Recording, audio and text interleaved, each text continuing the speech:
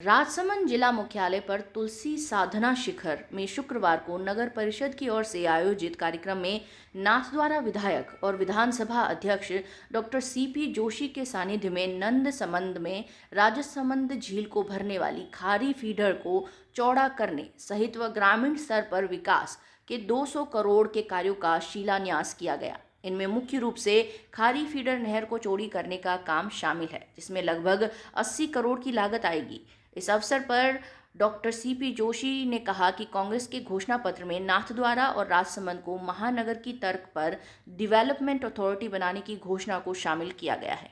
मैं आपको ध्यान हो तो कुछ दिन पहले नाथद्वारा में माननीय मुख्यमंत्री जी को बुलाया था, अस्वस्थता के कारण वो नहीं आ पाए। तो मैंने 3-4 चीज़ों पर जो अपने राजसमंद जिले की विकास की मेरी अवधारणा था उसमें चर्चा की थी। एक बिंदु उसमें मैंने कहा था कि आज तक शहरों की डेवलपमेंट अथॉरिटी बनती है, Jaipur development authority, Jodhpur development authority, अब जाकर उदयपुर डेवलपमेंट अथॉरिटी बनी। मेरा अनुभव ये कहता है कि डेवलप सिटीज़ जो है, मेट्रो जो है, उसके बनस्पत जो पोटेंशियल डेवलप टाउन है जो आगे जाकर महानगर में परिवर्तित होंगे, उनके डेवलपमेंट की अथॉरिटी को, अवधारणा को मैं मूर्त रूप देना चाहता हूँ। इसलिए मैंने उस समय कहा कि नाथद्वारा और राजसमंद दोनों की संभावना है, अपूर्व संभावना।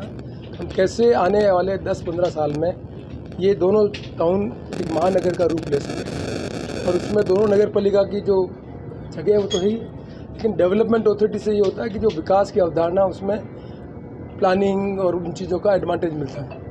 एक मेरे मन में थी कि मैं आऊँगा और अपनी बात को राजसमंद के हमारे साथी उनके साथ शेयर करूँगा कि क्या हम डेवलपमेंट अथॉरिटी के इस कॉन्सेप्ट को आगे बढ़ाएं, क्योंकि मैं एक पॉलिटिकल पार्टी कांग्रेस की मैनिफेस्टो का भी अध्यक्ष हूँ। तो मैनिफेस्टो अपना मूर्त रूप रहे, उसके पहले मैं समझा कि पहले मैं जिस क्षेत्र का हूँ, जिस जिले का हूँ, उस अवधारणा को मैंने अपने जो साथी हैं उनके द्वारा जिले के जो अलग अलग सेक्शन ऑफ सोसाइटी के जो लोग हैं उनकी विचार को लेकर उसको मूर्त रूप दे, वो एग्री करते हैं तो उसका मैनिफेस्टो का पार्ट बनाना चाहते हैं।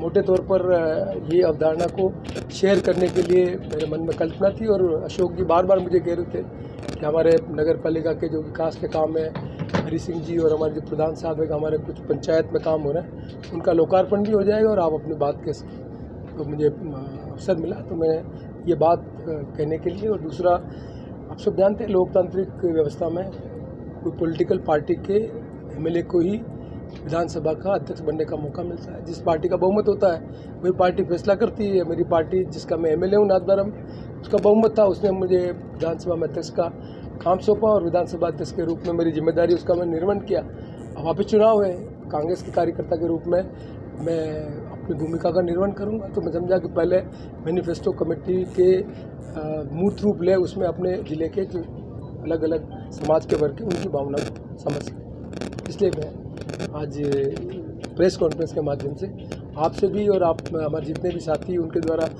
नगर के अलग अलग सेक्शन ऑफ के लोग हैं उनसे अपील करूंगा कि वो इस अवधारणा के बारे में अपने कमेंट करें, जिससे इसको मूर्त रूप देने के लिए हम आगे बढ़ सकें।